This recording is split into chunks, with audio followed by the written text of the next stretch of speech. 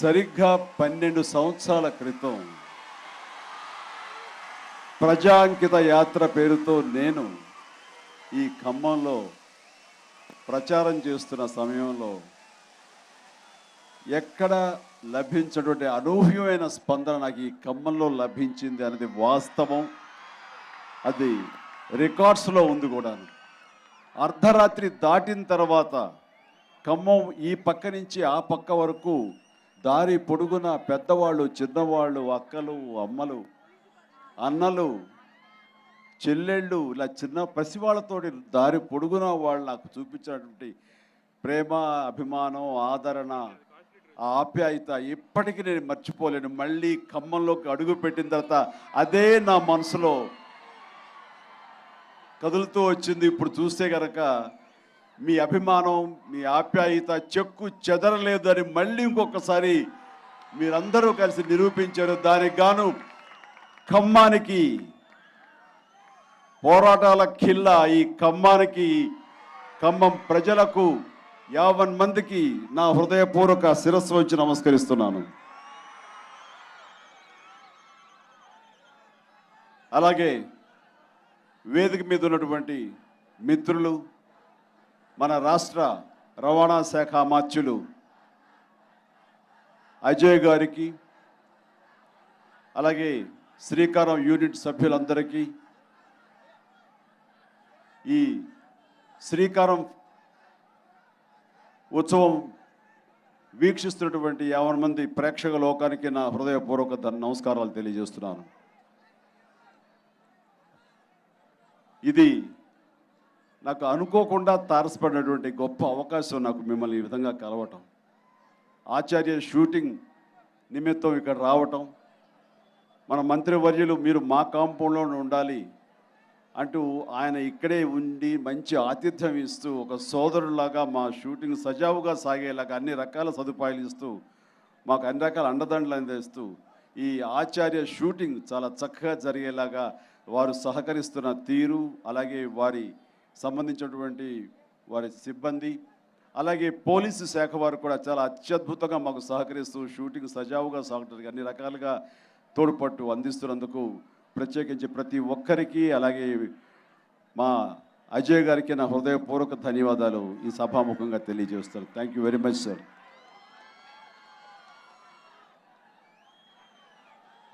Charan phone చేసి, నానా Sharwanand cinema release అవ్వబోతుంది, మీరు ముఖ్య అతిథిగా వెళ్ళాలి అని అంటే, ఎక్కడ కుదురుతుంది, నేను ఎక్కడో ఖమ్మంలో ఉంటాను, కుదరదేమో బహుశా అంటే, లేదు వాళ్ళే ఖమ్మం వస్తారంటే నేను చాలా ఆశ్చర్యపోయాను. నా కోసం అంత వ్యయ ప్రయాసాలు కావాలా అని.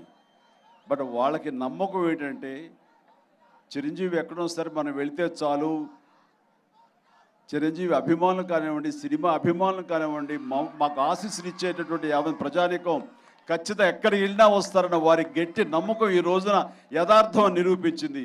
ఆ రకంగా మీ మీద నమ్మకంతో వాళ్ళు ఇంత దూరం వచ్చినందుకు వాళ్ళకి మీరు అంతకంత ఆనందాన్ని ఇస్తున్నారు మీ ప్రతిస్పందన ద్వారా. Thank you very much.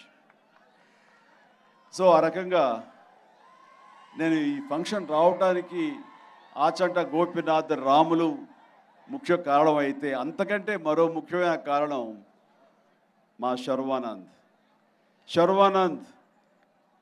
చిన్నప్పటి నుంచి రామ్ చరణ్కి ఫ్రెండ్గా, మా ఇంట్లోనే పెరిగినటువంటి బిడ్డగా నేను చెప్పగలను. నాకు శర్వానంద్ మరో రామ్ చరణ్ అని చెప్పగలను నేను.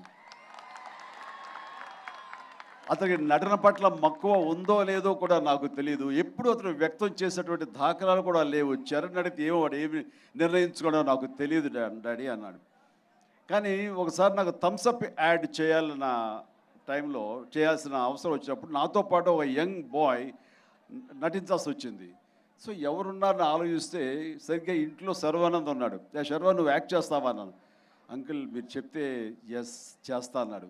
ఆ మాట చాలు వెళ్ళి మేము ఇద్దరు కలిసి థమ్సప్ యాడ్లో చేసాం.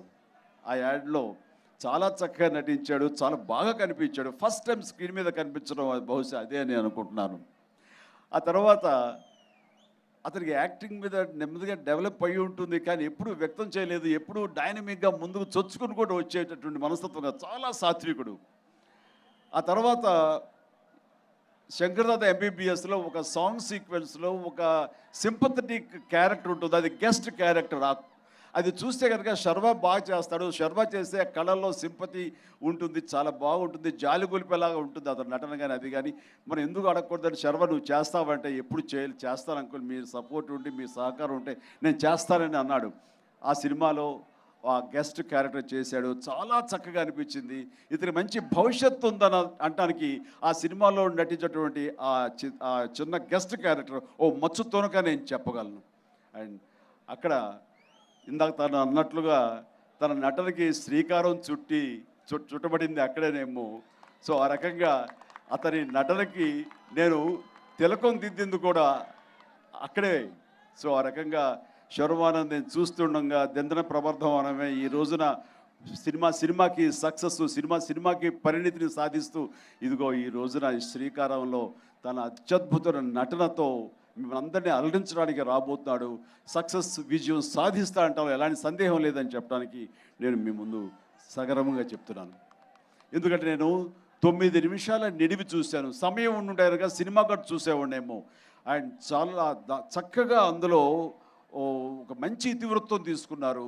చాలా చక్కగా ఒక చక్కటి మెసేజ్, ఈ యువతరానికి చెప్పాల్సిన మెసేజ్ని చాలా అందంగా చెప్పారు, చాలా కమర్షియల్ పంథాలో చెప్పారు.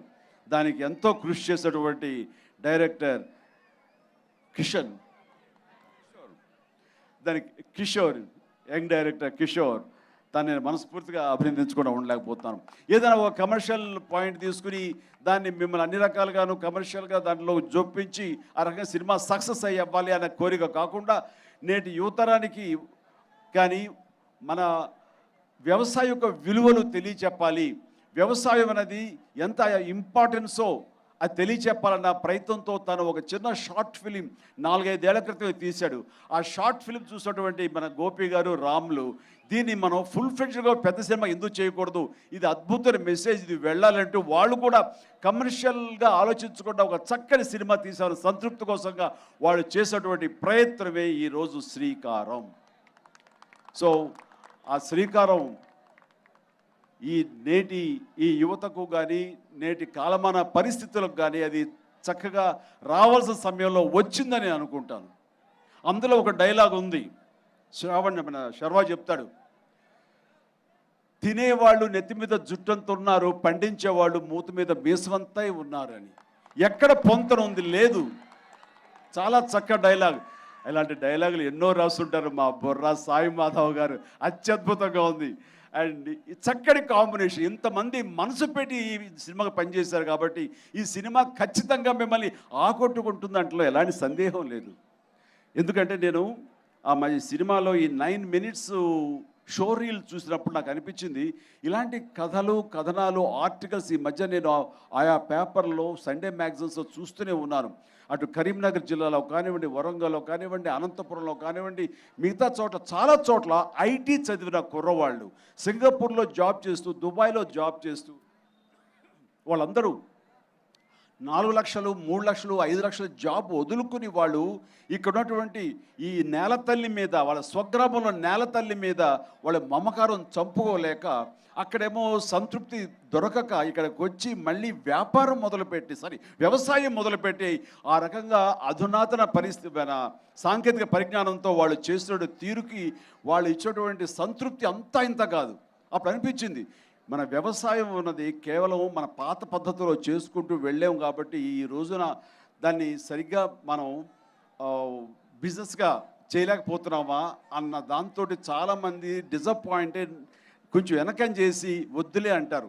ఎందుకంటే ఒక యాక్టర్ కొడుకు యాక్టర్ అవ్వాలనుకుంటారు, డాక్టర్ కొడుకు డాక్టర్ అవ్వాలనుకుంటారు, అలాగే ఇలా పొలిటీషియన్స్ కొడుకులు మళ్ళీ ఒక పొలిటీషియన్ అవ్వాలనుకుంటారు. కానీ ఒక రైతు కొడుకు ఒక రైతు అవ్వాలని అనుకోడు, అది కర్మ. మనకి అవ్వాలి, రైతు కొడుకుని గర్వంగా నేను మళ్ళీ రైతునే అవుతాను అనే రోజు రావాలి, ఆ రోజు వస్తుందని ఆశాభావం నాకుంది. ఈ రోజున మనకి చదువు కావాలి. ఇదివరకు చదువు అంతంత మాత్రంగా ఉన్నటువంటి వాళ్ళు రైతాంగానికి కట్టుబడి ఉండేవాళ్ళు. వాళ్ళకి ఒక కట్టుబాట్లు, ఒక విధమైనటువంటి పద్ధతిలోనే వాళ్ళు వ్యవసాయం చేసేవాళ్ళు. దానికి అధునాతన పరిజ్ఞానం కనుక జోడిస్తే, ఇప్పుడు మన చదువుతోటి మోడర్న్ టెక్నాలజీ కనుక అడాప్ట్ చేయగలిగితే మనం కొత్త పొంతలు తొక్కి వ్యవసాయాన్ని మరొక లెవెల్కి, మరొక అద్భుతం లెవెల్కి మనం తీసుకువెళ్ళచ్చు.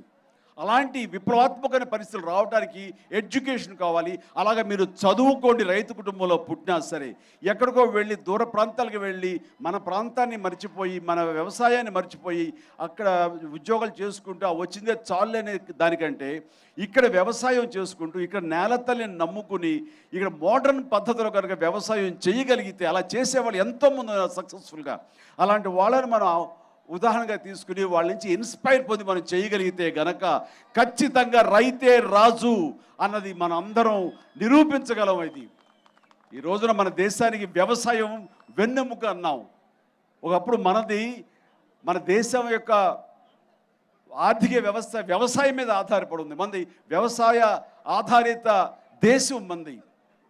సో అలాంటిది ఈ రోజున ఉండగా క్రమేపీ వ్యవసాయానికి దూరం అయిపోయి వ్యవసాయం చేయటం వలన ప్రయోజనం లేదనే పరిస్థితి వచ్చింది. అలాంటప్పుడు చాలామంది యువకులు మీరు ఆలోచించండి, నెలకి జీతాలు రావచ్చు, 1,00,000 రావచ్చు, 2 లక్షలు రావచ్చు, కానీ తృప్తి ఇలాంటి వ్యవసాయదారుడు కొడుకై ఉండి వ్యవసాయాన్ని నిలబెట్టి తండ్రికి గర్వకారణమైన రోజున దేశానికి గర్వకారణమైన పౌరులు అవుతావు.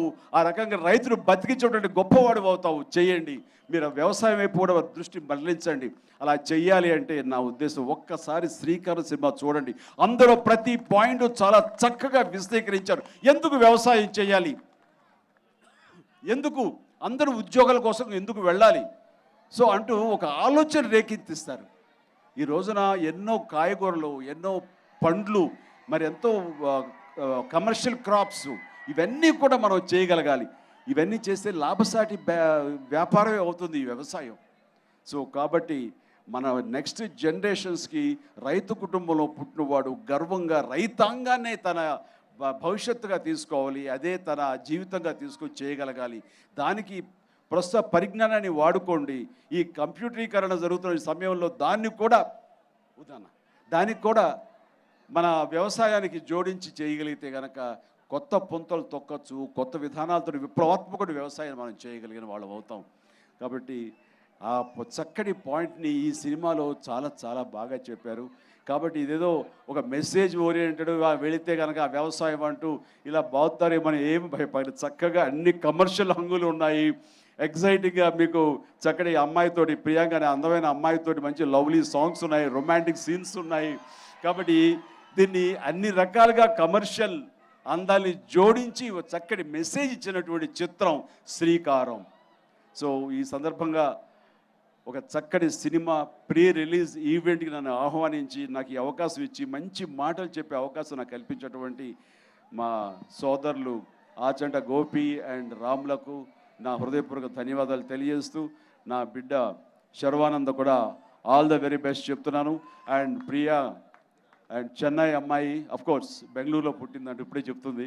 నేను అమ్మాయితో తమిళ్లో మాట్లాడబడుతున్నా, నాకు తెలుగు చక్కగా వచ్చింది, అంతకంటే కావాల్సిందే ఉంది. So all the very best Priya.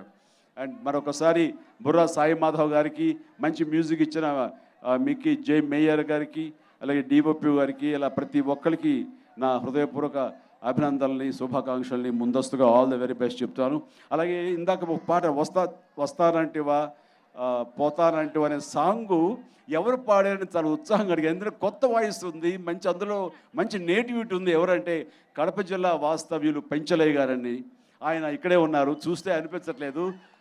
ఆయన చాలా చక్కగా పాడారు. అండ్ వీలైతే కనుక స్టేజ్ మీద పాడించగలమా? కష్టం అవుతుందా? మీరే పాడతారా? మీకు వెనక మ్యూజిక్ ఏం అక్కర్లేదా? అక్కర్లేదు.